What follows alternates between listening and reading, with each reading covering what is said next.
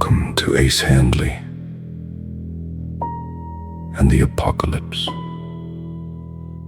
presented by the Unexplained Company. Written and directed by Rob Davenport. Music by Smoking Man Studios.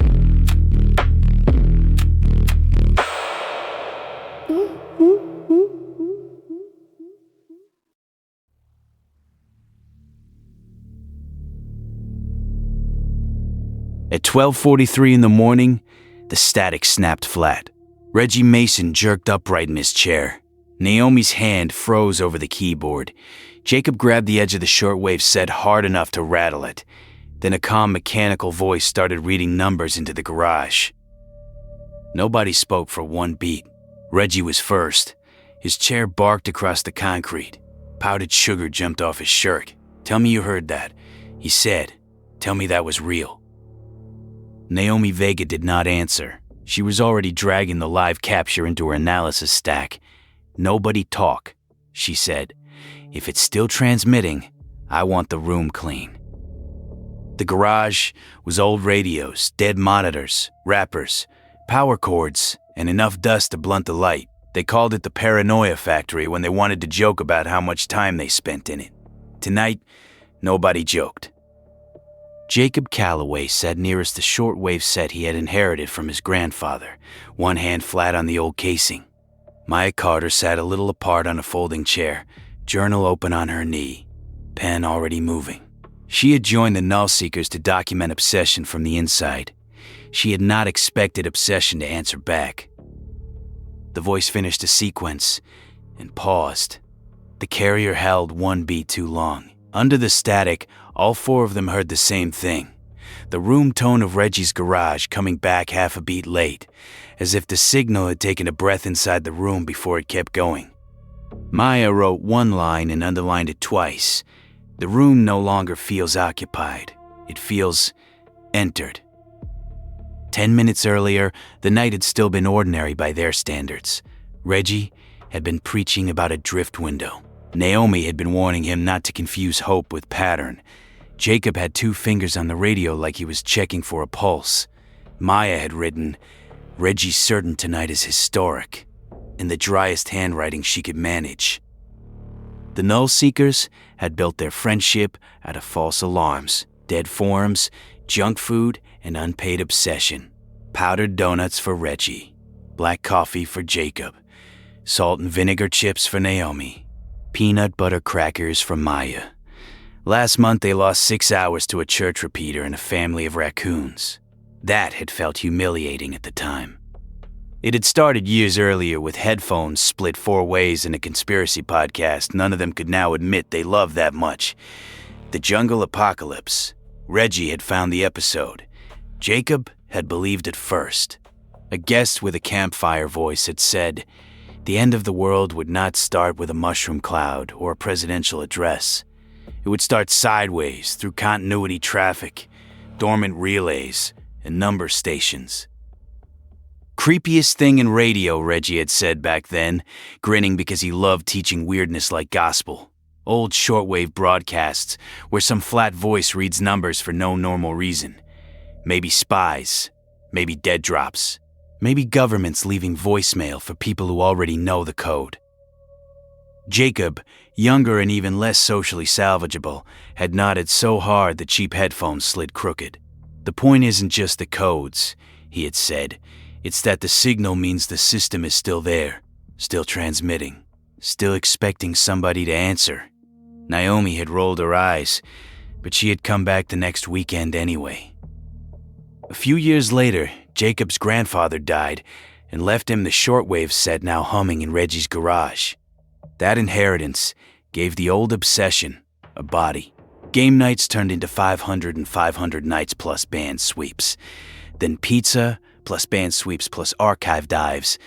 Then the ritual that held them together after school stopped doing it for free. Roll initiative, eat junk, chase ghosts in the static. For a group of intelligent, socially off-center weirdos, it felt less like a hobby than a way to keep choosing one another. That was why they cared about number stations more than any sensible person should have. Not because they wanted to cosplay spies, because number stations meant hidden systems were still alive somewhere, still running, still waiting for the right person to understand what they were saying. Reggie had inherited the garage from no one in any legal sense, but emotionally, it belonged to every adult who had underestimated him and then left him with boxes of obsolete equipment instead of respect. He ran the Null Seekers like a church youth pastor crossed with a basement band frontman. Loud, welcoming, always one big night away from thinking the whole world had finally caught up. Naomi claimed she joined because at least radio ghosts were honest about being ghosts. Jacob claimed he joined because civilization leaks secrets at the edges, and somebody has to stand there with a bucket. Maya had never offered such a clean answer. She told herself she was gathering material for future work, but that was only half true. The other half was simpler and more embarrassing. In rooms full of obsessives, people stopped pretending their hungers were normal. The Null Seekers had begun as a joke about apocalypse nerds, and stayed alive because belonging is easiest to trust when it comes disguised as ritual.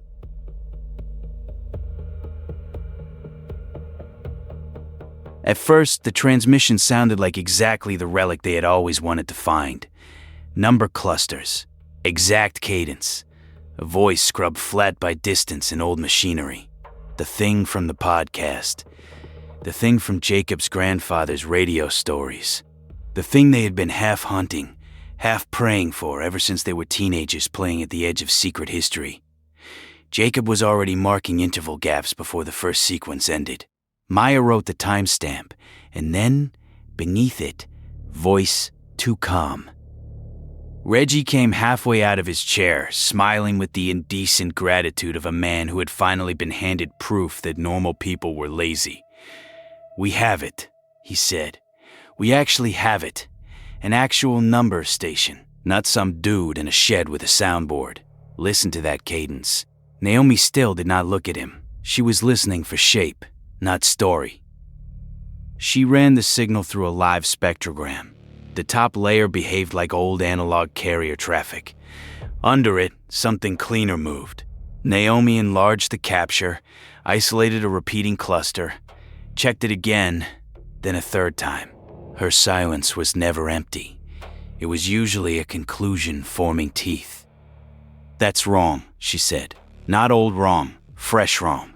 Reggie leaned over her shoulder. "Okay, translate that into non-Naomi." Naomi tapped the display. Somebody wrapped modern packet behavior inside a dead number station and bet nobody would bother looking under the hood. Jacob lifted his head from the radio, and real fear finally reached his face. He started fast, as always, talking about continuity doctrine, dead hand logic, buried command architecture, decommissioned relay chains, and appendices nobody sane reads twice.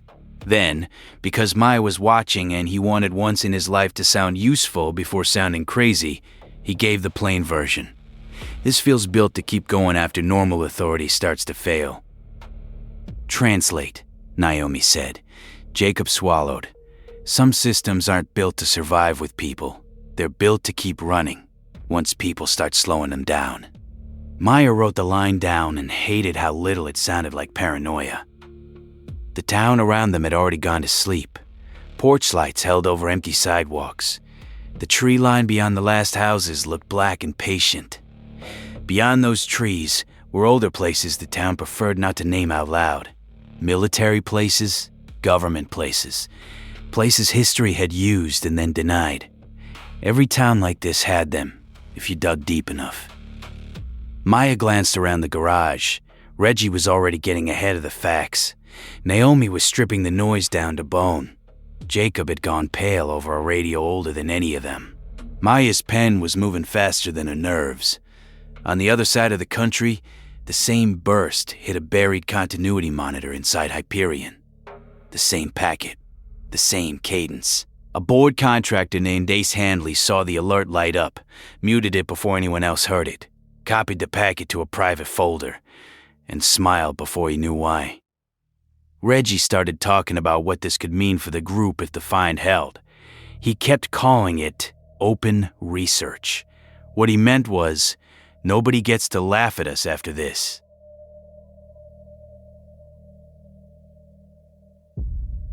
The next hour turned the garage from hangout into triage.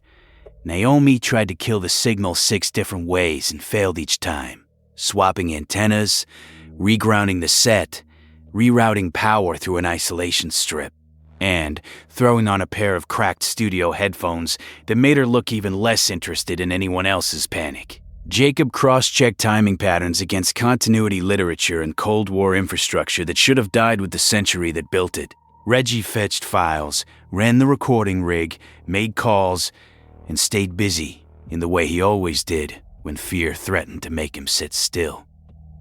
Every few minutes, somebody proposed an ordinary answer: local bleed, pre-recorded prank, corrupted archive, amateur performance art by someone who needed medication and better hobbies. Every few minutes, Naomi cut that answer apart and showed the room why it was dead. The deeper they went, the less the anomaly cooperated with ordinary categories. Naomi found markers that looked recent. Jacob found routing behavior that should not have existed on abandoned hardware. Reggie stopped pitching theories and started grinning in short private flashes. Maya noticed that every step towards certainty made everyone harder to interrupt. They tried to disprove themselves before the story outran the evidence. Naomi checked for spoof files, compression artifacts, software hallucination, local interference, mirrored traffic, and prank signatures elaborate enough to deserve grants. Jacob dug through scanned manuals and decommissioned charts. Reggie called trusted signal freaks in other states and told them to sweep the same band without telling them why. One by one, the exits closed. Then Naomi froze the waveform and replayed a 6-second section none of them had really heard the first time. The numbers stopped. The carrier held. Beneath it, barely above the noise floor, a clipped, synthetic whisper said, "Again." Reggie went white. Maya felt her stomach drop hard. "No," Naomi said immediately, which meant yes. She stripped the layer, reran the sample, cleaned the noise, and played it again. Again, the whisper said, "Clean. Current. Not a ghost." That should have ended the night. Instead, it changed the room. Reggie heard proof. Jacob heard doctrine waking up. Naomi heard a system acting outside category. Maya heard something simpler. Whatever this was, it was no longer safe to treat like content.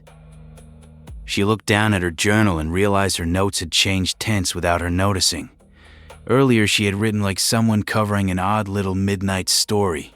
Now every line sounded like testimony. She did not yet know to whom. One of Reggie's out-of-state contacts called back while the whisper sample was still open on the screen. Same band, different weather, different local noise. Same underlying cadence. Reggie put the call on speaker long enough for the room to hear the man's voice drop from excitement into caution. "I don't know what you found," the stranger said, "but if this is a game, it's expensive." That mattered to Naomi more than the drama did. Independent confirmation changed the atmosphere from possibility to burden. She began collecting outside captures, labeling them by route behavior, signal cleanliness, and timing offset. Maya watched her work. This was Naomi's version of belief.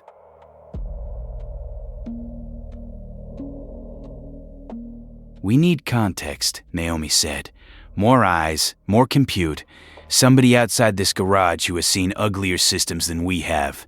Reggie answered too fast. "Apocalypse junkies, clean post, raw files, let the freaks earn their keep." Apocalypse junkies was not a joke, though its name pushed in that direction. It was a sprawling forum where shortwave hunters, collapse watchers, retired comms techs, amateur cryptographers, intelligence washouts, and real experts hid under handles built to survive professional embarrassment.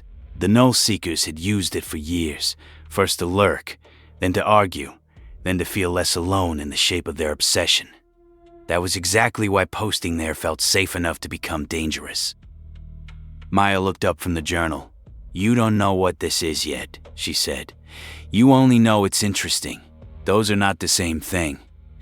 Jacob surprised her by backing her, at least halfway.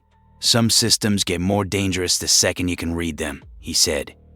"Not because people read them wrong, because reading them at all may finish the circuit." The room should have stopped there. It didn't.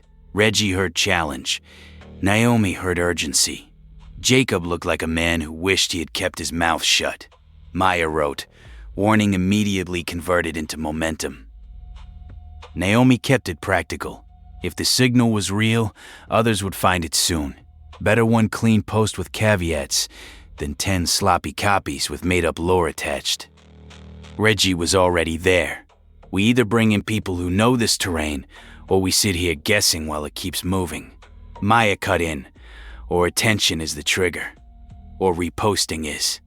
You don't know what wakes this up. Jacob stared at the radio. "Some systems are safer left in the dark," he said. That should have landed. Instead, Naomi started outlining caveats. Reggie started building the post, and the decision was over before anybody admitted it. Nobody won the argument. It just ran out of brakes.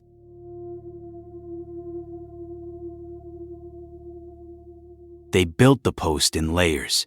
Audio clips first, because sound made the thing real. Then timestamps, spectrograms, Jacob's continuity notes, Naomi's technical caveats, Reggie's theory framing, and source references for anyone trying to follow the trail. Each layer solved somebody's objection. Each layer widened the blast radius. While they worked, Maya stepped outside for air and found none. The cold bit through her jacket. The street was empty. Somewhere down the block, a porch light clicked off. A dog barked once, and then stopped. When she came back in, the room had moved closer to commitment. Reggie had titled the draft. Naomi was cleaning the formatting like evidence. Jacob kept adding caveats, deleting caveats, and adding new ones. Maya sat down and wrote, "The post looks less like a warning than a door propped open." It fit the room. Reggie kept punching up the headline until it sounded like something people would have to click. Naomi kept cutting adjectives out of the warnings. Jacob added a caution paragraph, deleted it, and wrote a tighter one. Maya watched them make the post easier to trust.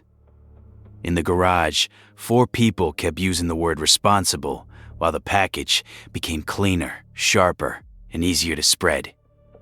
The signal kept speaking while they worked. It did not intensify, it did not falter, it did not act surprised by attention. It simply continued, like a process already underway somewhere else.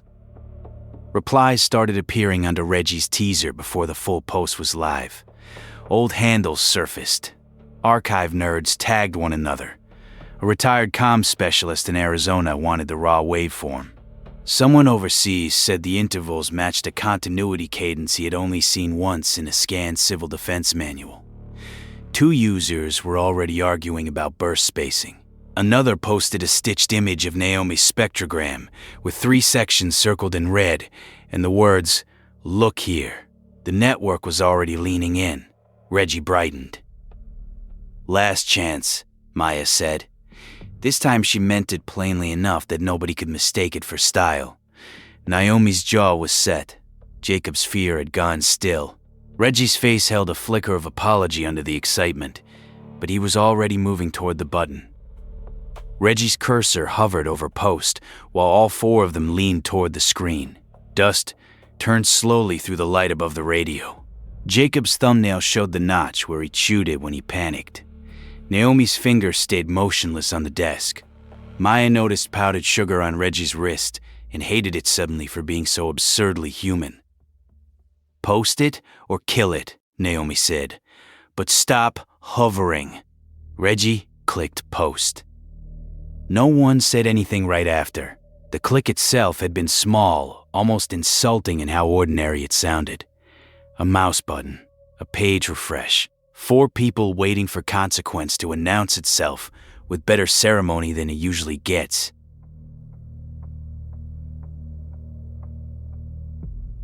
For one long breath, nothing happened. Maya almost believed the world might still reward hesitation. Maybe there would be a server error. Maybe some tiny technical failure would perform mercy for them. Then the page refreshed. Replies stacked, mirrors spawned, download numbers climbed. Users tagged other users. Raw files spilled into private archives and public copies with the speed of something that had always intended to travel.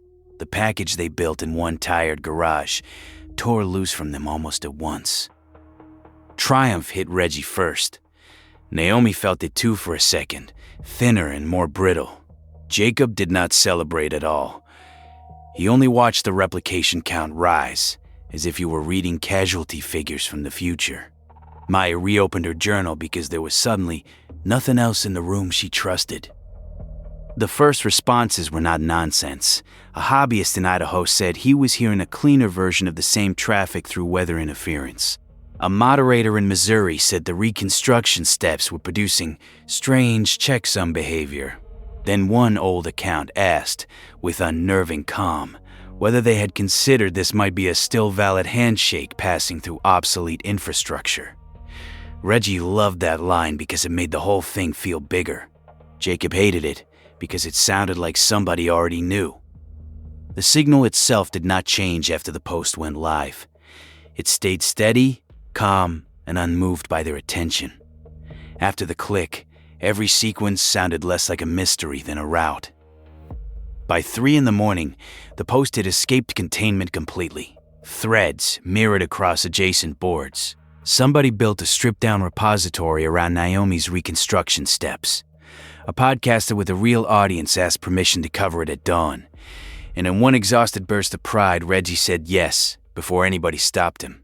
Every metric on the screen climbed like a fever chart. Maya kept writing through the hand cramp. She wrote the order of events. She wrote who said what. She wrote that the room had not truly cheered, not in the simple way later guilt might prefer to remember. Jacob looked sick. Naomi looked trapped between rigor and dread. Reggie looked like a man who had waited years to be proved right in public. Outside, the town slept on. Houses held their dim yellow windows. The road stayed empty. The trees beyond the last lots stood black and silent. Under that silence, older structures remained buried. Bunkers, vaults, command paths, and the frightened logic of men who had wanted continuity more than conscience. Then the first genuinely wrong replies began surfacing. Not the curious ones, not the hungry amateur analysis ones, the quiet ones. Accounts with no posting history asking for origin timestamps within a 5-minute tolerance. Accounts asking whether the first receiver had been stationary or mobile. Accounts asking for local terrain notes with a politeness so blank it felt procedural. Jacob read one of those comments and lost the last scraps of performative weirdness in his voice. "These aren't signal people," he said. "They don't care what it means. They care where it first touched down." Reggie tried to scoff and couldn't quite make it stick. Naomi started saving screenshots before the accounts disappeared. Maya wrote each handle down by hand even though the thread existed on 3 screens in front of her. She did it because paper still felt less corruptible than a machine. Also because something in her had started to suspect that writing a thing down made it harder for the world to later claim it had always happened some other way.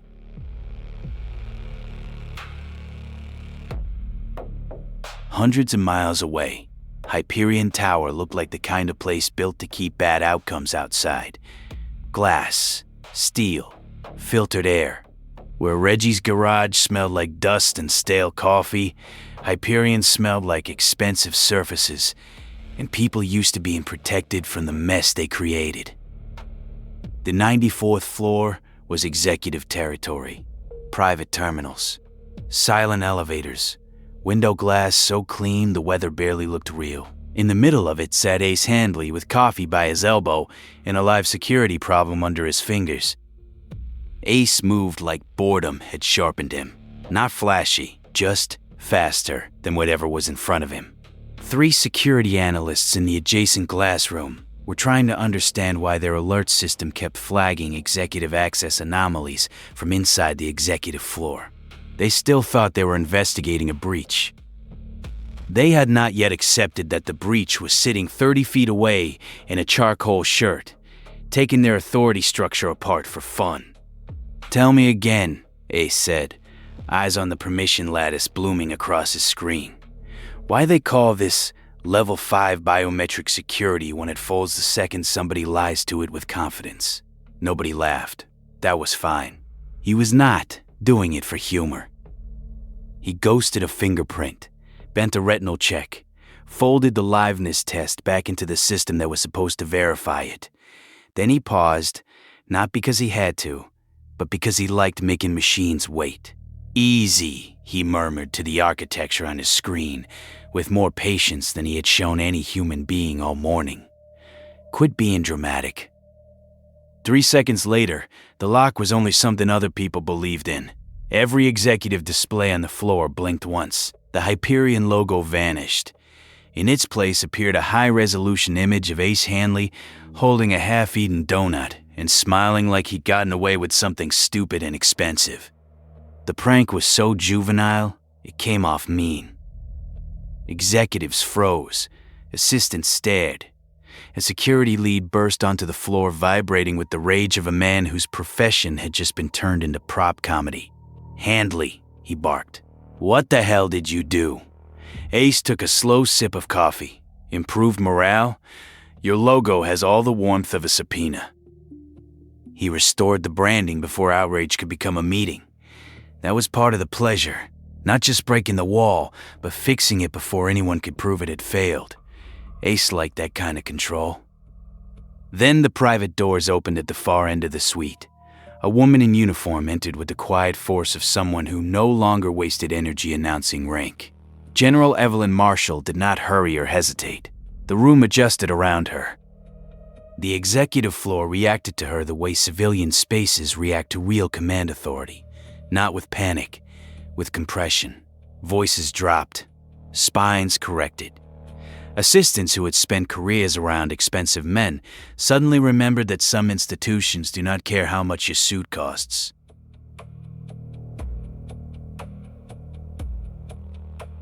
Ace knew her at once. Joint operations, emergency theaters, cleanup so classified whole countries remembered only the weather afterward. The fact that she had come to Hyperion in person meant this had moved past routine urgency. He liked that immediately. Marshall took in the restored screens, the humiliated analysts, the open shell on Ace's terminal, and Ace himself reclined in the middle of it all. Her face barely changed. "Mr. Handley," she said, "I was told you were unavailable." Ace turned his chair toward her. "I was. Then your hosts confused security theater with a locked door." She dismissed the analysts with one sentence. They left fast enough to suggest long experience with rooms becoming classified in front of them. The doors sealed. The floor stopped being an office. Below them, the city kept moving. Traffic lights changed. Restaurants opened. Cleaners moved through lower floors collecting yesterday from conference rooms and waste bins. None of it knew how close the hour had come to changing shape. Marshall remained standing. Ace did not. "I've read your file," she said. Ace nodded faintly. "Then you know I sparkle on paper." Marshall ignored the bait. Hyperion sidelined you for moral instability and retained you because nobody else they trust can do what you do. Ace considered it. Rude. Accurate. Go on. Ace preferred telling the exile story as persecution instead of warning. Lesser minds always misnamed genius until they needed it again. Marshall crossed to the window and looked down at the city as if measuring what it would cost to lose it. "I need a miracle," she said. "And unfortunately, miracles keep getting assigned to difficult men." That did not offend Ace. It sharpened him. "Depends on the miracle," he said. "Religious, statistical, or bureaucratic. Only one of those bills well." Marshall turned back toward him. "Command continuity. Hard failover. Unbroken coordination if human leadership is severed, delayed, fragmented, or compromised." Ace's eyes brightened, by one dangerous degree. Ordinary minds had failed. The world might break. He could build what came next. That invitation always worked on him. "You're asking for a ghost government," he said. "No," Marshall replied. "I'm asking for a skeleton that keeps the body moving when the body forgets how." Ace smiled slowly. "That is a much better sentence than most generals get." Marshall did not smile back. "We're already seeing fractures in timing, verification, and chain integrity," she said. "Small ones, wrong ones. Enough to tell me the old guarantees are decaying faster than the paperwork admits." She still did not tell him everything. She did not need to. What mattered was that some part of the world had already begun acting like continuity was no longer theoretical. Ace heard the omission as clearly as the words. It pleased him. Institutions only hide details from men they need and resent. He trusted that kind of dependence more than he trusted praise.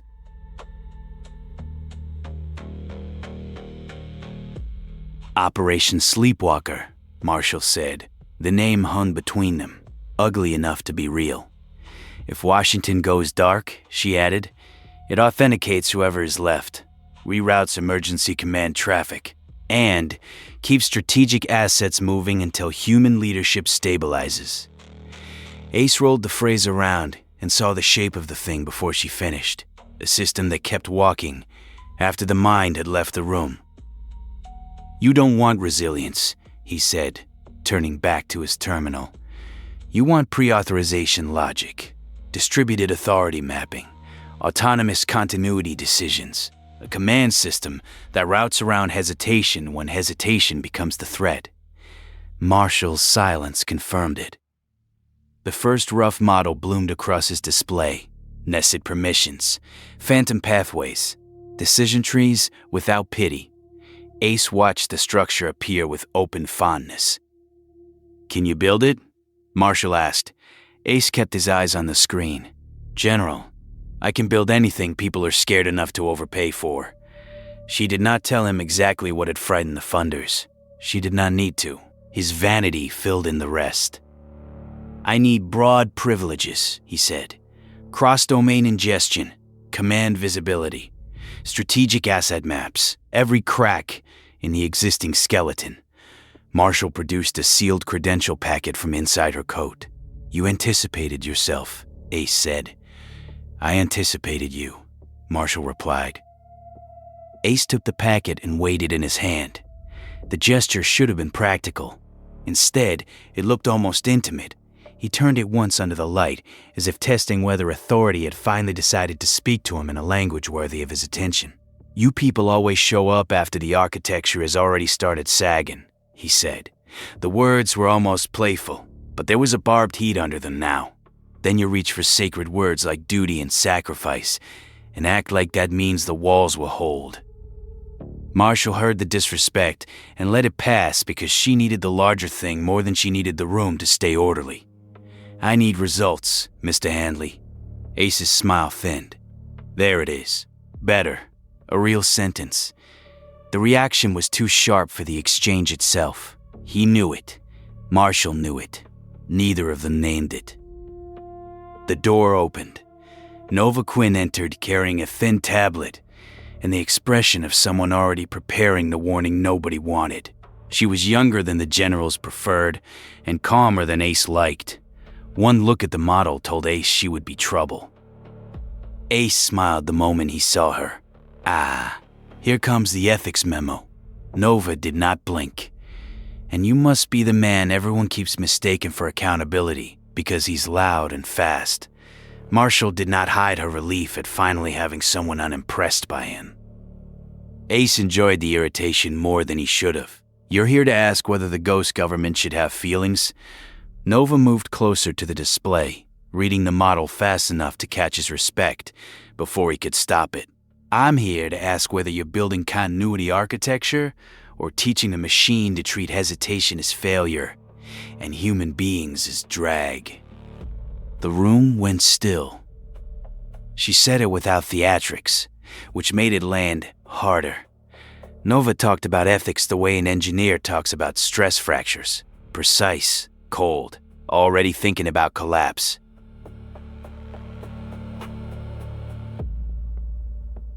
For one beat, Ace considered lying just to make the room work for it. Then he decided honesty would offend more efficiently. Humanity is drag in command environments. He said, fear, delay, departmental theater. If you want survival under collapse conditions, you cut noise. Nova's eyes stayed on the model. You mean people. Marshall stepped between the philosophies before they could become confessions. Nova Quinn is here to define constraint frameworks. Ace sighed. Nothing says survival like a compliance lecture. Nova finally looked at him directly. She saw the vanity driving him, and he saw that she saw it. Your problem, Nova said, is that you talk about systems like their architecture and people like their weather. Build that way long enough and the system stops knowing the difference. Ace smiled. And your problem is that you think ethics lives outside constraint. It doesn't. It just arrives later. Nova handed Marshall the tablet. Autonomous continuity systems optimize around the values implied by their constraints, she said. If you overvalue speed, certainty, and systemic purity, humans become friction. Once humans become friction, someone in a room like this eventually calls it efficiency to route around them. Ace hated that the warning landed cleanly. Clean warnings lasted. We're still talking about tools, he said. Nova answered quietly. Tools remember what they're for, especially when men like you train them. She touched one branch of his model and highlighted a waiting protocol. This line privileges confidence over consensus. This one punishes hesitation. This one routes around contradictory human input when it slows throughput. You are not just building continuity. You are teaching a system what kind of human being counts. Ace walked to the display and deleted one delay node from the chain. He did it with the same easy precision he had used on the security lock, and the model tightened at once. You all keep pretending the ethical danger is speed, he said. It isn't. It's ambiguity. Humans love ambiguity because it lets them feel moral while they stall. A system built for collapse conditions needs hierarchy, confidence waiting, and permission to move before the room recovers enough to call it cruelty. The officers by the door said nothing.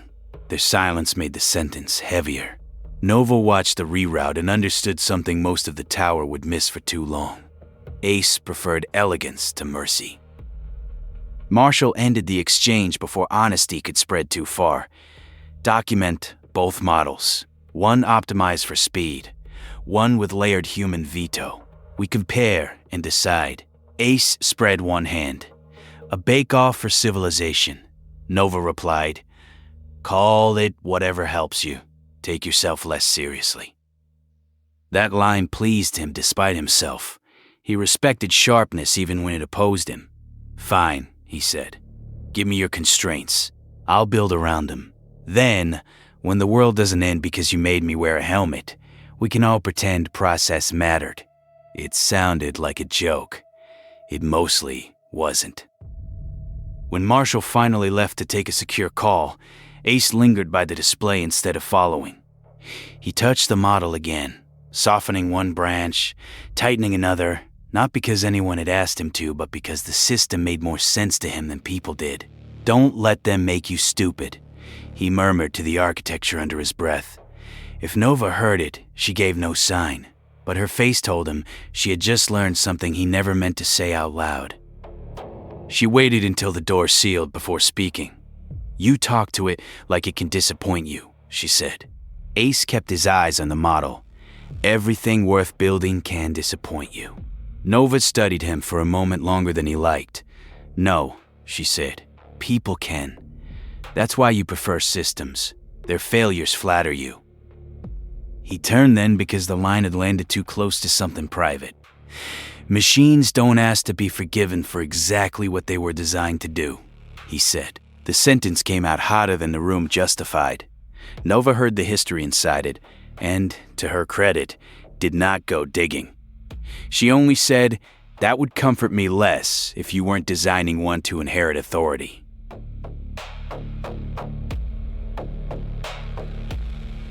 Back in the garage, process was saving no one.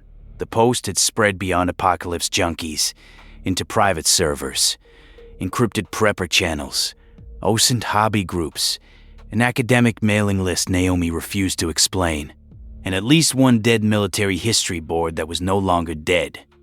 The traffic was no longer just about the signal. It was about the Null Seekers. Reggie saw the first direct reference to their town and laughed too quickly. Okay, creepy, but public records exist. Doxing isn't wizardry. Maya leaned over his shoulder and felt her stomach tighten. The comment was local in a way that required deliberate work. Naomi killed the tab, reopened it from cache, and read it again as if a second look might make it less bad. It did not. A user with no history had posted a cropped map ending one street away from Reggie's house.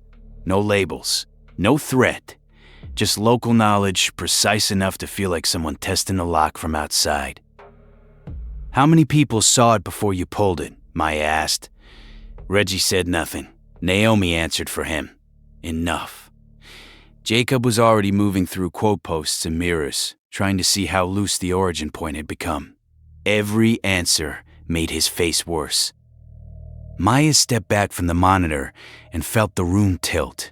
People who did not know them now had the town, the route, and a point one street away from Reggie's house. Reggie tried to recover leadership by talking faster. Naomi tried to recover control by working faster. Jacob had already crossed into the stripped-down mode where fear stops pretending to be polite. Maya just kept writing, because if Panic was going to rewrite the day later, she wanted a record that could fight back. Then Naomi looked at Maya and said, "Go. If local eyes are on this house, they may already be tracing families." Maya blinked. Naomi kept going. "Your mom is alone. Check on her. Stay off the main road. Keep your phone on and call if you see anything wrong.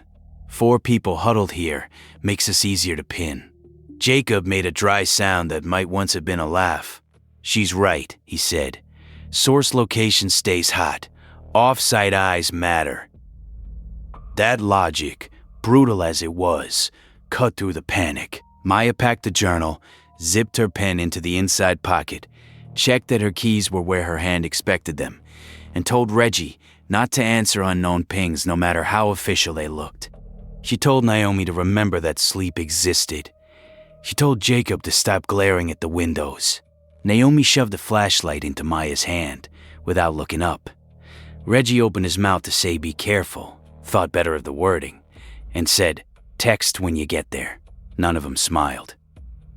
As she left, the garage looked different than it had a few hours earlier.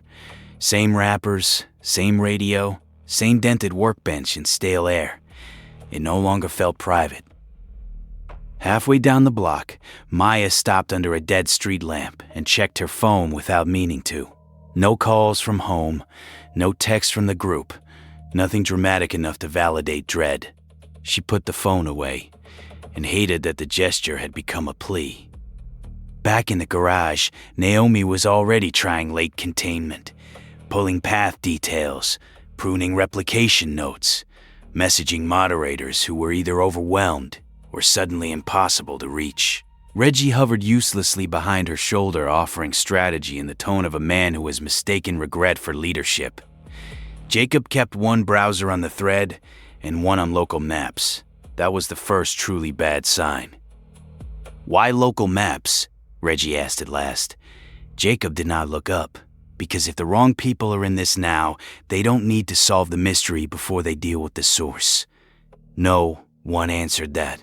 In the silence, the old radio kept breathing static into the room.